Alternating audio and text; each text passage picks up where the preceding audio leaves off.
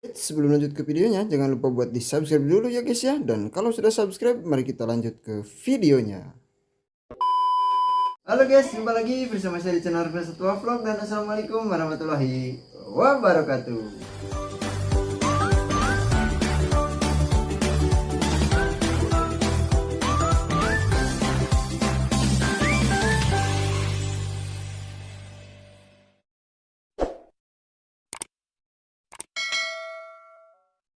Oke, jadi di video kali ini saya akan mereview burung baru ya teman-teman, yang dulu harganya cukup lumayan mahal tetapi sekarang sudah terjangkau dan banyak juga orang yang memelihara karena selain warnanya yang bervariasi, suaranya pun juga sangat enak sekali didengar ya teman-teman.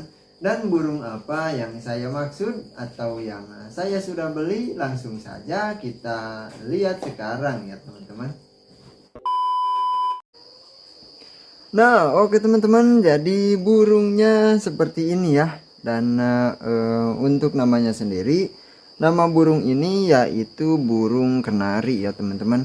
Dan sebetulnya dulu itu walaupun burung kenarinya yang hanya sebesar ini, harganya itu cukup lumayan mahal ya teman-teman. Burungnya itu harganya biasanya di atas 1 juta rupiah ya. Tetapi sekarang sudah beberapa tahun ini harganya jadi murah ya teman-teman, kecuali untuk burung-burung yang masih impor dan juga nenek moyangnya ya teman-teman. Jadi nenek moyangnya ini burung impor ya teman-teman.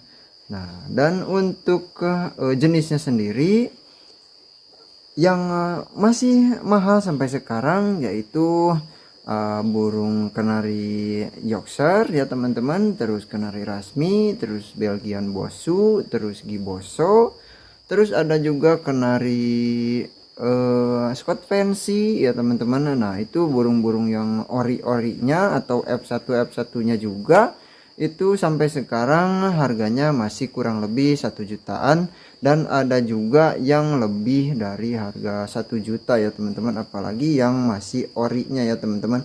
Kalau F1 nya itu silangan dengan burung yang sudah lokal ya teman-teman. Nah, jadi dulunya itu mungkin disilang dengan burung kenari ataupun burung-burung jenis lain ya, yang masih yang masih bentuknya masih sama mungkin ya teman-teman, jadi masih satu family ya, masih satu kerabat. Contohnya burung gereja ya teman-teman, atau apalah itu burungnya. Yang jelas sudah ada burung yang disebut burung kenari lokal ya teman-teman. Dan sekarang jika ada burung kenari yang impor ya, yang jenis-jenis yang tadi saya sebutkan, baik itu YS ataupun BB ataupun Kiboso, terus rasmi, terus Scott fancy dan sebagainya ya teman-teman, burung-burung yang masih impor. Nah, itu kalau disilang dengan burung lokal, karena biasanya yang masuk ke Indonesia itu cuma jantannya doang ya teman-teman. Nah, kalau disilang dengan burung lokal itu sudah pasti anaknya jadi F1 ya teman-teman. Nah, F1 itu ukurannya jadi lebih kecil ya. Nah, dan untuk harganya juga biasanya jadi lebih murah ya teman-teman, tetapi tidak semurah burung kenari lokal, karena tubuhnya juga yang disebut kecil itu tidak sekecil burung kenari lokal ya teman-teman. Dan untuk yang saya beli ini, saya beli jenis AF ya teman-teman, atau silangan dari F1 dikali lokal ya, ataupun F1 kali F1 itu biasanya darahnya akan turun ya teman-teman, kualitasnya akan turun untuk ukuran tubuhnya ya. Jadi walaupun indukannya besar kali besar, karena F1 itu sudah ada darah lokalnya, jadi turun ya untuk hasil anakannya ya, untuk ukuran tubuhnya jadi turun, dan biasanya jadi AF ya teman-teman, biasa disebut AF karena tidak kecil sekecil kenari yang biasa disebut lokal, dan juga tidak besar juga ya. Jadi AF ini saya simpulkan ukuran tubuhnya itu ya sedang ya teman-teman. Jadi hampir menengah ya, karena di bawahnya ada AFS, di atasnya ada AFS, ada F1, F2 itu sudah sedikit besar lagi ya teman-teman, karena F1 dikali kenari impor lagi. Nah jadi kalau misalkan kita cari tahu ya lebih dalam, dari atas itu ada kenari yang impor, ada anakannya F1, terus AFS, terus AF. Nah kalau AFS sama AF itu bedanya, kalau AFS itu sedikit lebih besar ya, mungkin entah itu bongsor ataupun memang beda jenis ya teman-teman. Jadi AFS itu masih jadi perdebatan untuk pecinta burung di daerah saya di sini, karena mungkin ya kenari AF yang tubuhnya sedikit bongsor bisa masuk ke AFS katanya ya teman-teman. Jadi mungkin hanya faktor posturnya saja ya teman-teman yang sedikit lebih bongsor ya, untuk indukannya mungkin sama saja ya teman-teman. Nah dan untuk di bawahnya ada lokal dan ada lokal super atau loper ya teman-teman. Jadi untuk AF ini, entah ini AF ataupun AFS saya juga nggak tahu ya, karena yang jelas ini burungnya lumayan besar ya teman-teman. Jadi kita sebut burung AF saja ya teman-teman. Dan untuk burung yang biasa disebut AF, hanya AF doang ya teman-teman. Nah itu biasanya indukannya dari darah Yorkshire ya teman-teman, atau biasa disebut disingkat YS ya. Karena untuk burung AF yang jenis lain biasanya ada ujungnya ya teman-teman. Misalkan AF dari indukan rasmi biasanya jadi AF rasmi, atau Belgian Bosu jadi AF BB ya teman-teman. Kalau yang hanya AF doang biasanya itu dari YS ya. Dan bisa dilihat juga untuk posturnya besar ke depan, terus kepalanya besar juga, dan bulu pada bagian lehernya tebal juga ya teman-teman. Jadi seperti tidak mempunyai pundak ya teman-teman, karena bulu bagian lehernya itu tebal ya. Nah jadi bisa kelihatan ya untuk ke burung ini indukannya nenek moyangnya dari jenis apa ya teman-teman. Dan untuk yang membuat saya suka dengan burung ini, yaitu yang pertama, kalau dari jenis AF YS biasanya kalau sedang nangkring santai seperti ini, burungnya jadi kelihatan masih seperti burung YS ya teman-teman.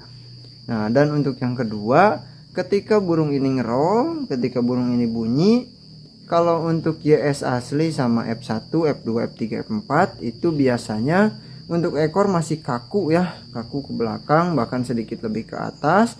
Dan untuk jenis AF nya biasanya pas ngerol itu sedikit tegap ya teman-teman, untuk tubuhnya jadi tegap dan ekornya ke bawah hampir membungkuk ya teman-teman, padahal tubuhnya itu tegap tetapi sedikit melengkung ya teman-teman. Nah jadi ya bisa diibaratkan, nah kalau tubuhnya tegap ya, nah kepalanya di sini, itu ekornya jadi ke bawah seperti ini ya teman-teman, jadi melengkung ya.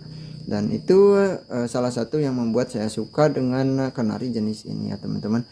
Terus untuk yang selanjutnya, saya juga suka burung ini karena warnanya ya teman-teman. Karena burung kenari itu warnanya sangat banyak sekali ya teman-teman.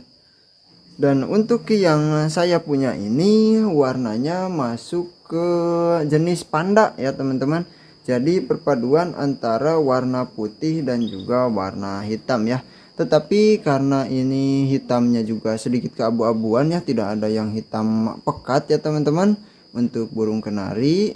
Jadi seperti ini pun bisa disebut hitam ya, padahal sedikit kebiru-biruan ya teman-teman, abu-abu sedikit biru. Dan untuk jenis yang hampir mirip yaitu biasa disebut burung kenari star blue ya teman-teman, tetapi dia tidak memiliki warna putih seperti yang teman-teman lihat sekarang ini ya. Nah kalau yang ini ada warna putihnya ya teman-teman, dan kebetulan sekali saya dapat yang bisa disebut simet ya teman-teman, atau simetris. Teman-teman bisa lihat untuk bagian sayapnya kiri kanan ada putihnya, terus untuk kepalanya full berwarna abu-abu kebiru-biruan ya teman-teman. Dan yang membuat saya suka sekali dengan burung ini seperti berjanggut putih ya teman-teman, dan itu simetris juga ya teman-teman. Terus untuk bagian perut itu ada warna putihnya ya, jadi sebagian berwarna abu-abu, sebagian lagi ke belakang itu berwarna putih ya teman-teman.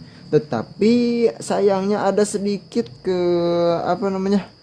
ada sedikit kekurangan ya teman-teman, yaitu pada bagian ekor ya, nanti saya cantumkan. Nah, untuk ekornya burung ini sayangnya kalau dilihat dari bawah ada bagian sebelah kanan yang berwarna hitam ya, tetapi kalau dilihat dari atas itu putih semua ya teman-teman, karena untuk bulu ekornya itu kan jumlahnya banyak ya teman-teman. Nah, kalau dilihat dari atas putih semua, tetapi kalau dari bawah sebelahnya abu-abu ya teman-teman, yang biasa kita sebut hitam itu untuk burung kenari, abu-abu ya maksud saya. Nah, abu-abu yang sebelahnya lagi putih ya teman-teman. Jadi sangat sayang sekali untuk bulu ekornya tidak full putih semua ataupun abu-abu semua ya teman-teman. Tetapi untuk jenisnya sendiri tidak merubah kategori jenis burung ini, karena masih tetap bisa dikatakan burung ini jenis burung kenari panda ya teman-teman. Dan oke, kita lanjut untuk membahas kondisinya. Jadi kondisi burung ini saya beli waktu itu pas sedang mabung ya teman-teman, dan sekarang sudah hampir beres, bulu burungnya juga hampir beres, untuk bulu halusnya sudah beres juga, tinggal bulu sayapnya beberapa helai lagi belum beres dan belum saya jemur juga ya teman-teman. Semoga saja cepat beres dalam beberapa hari ke depan.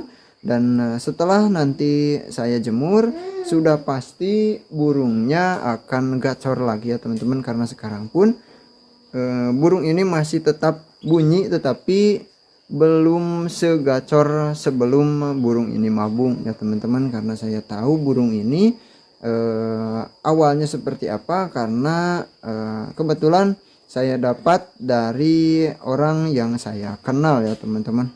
Dan untuk suaranya sendiri kurang lebih seperti ini ya teman-teman di kondisinya sekarang ya.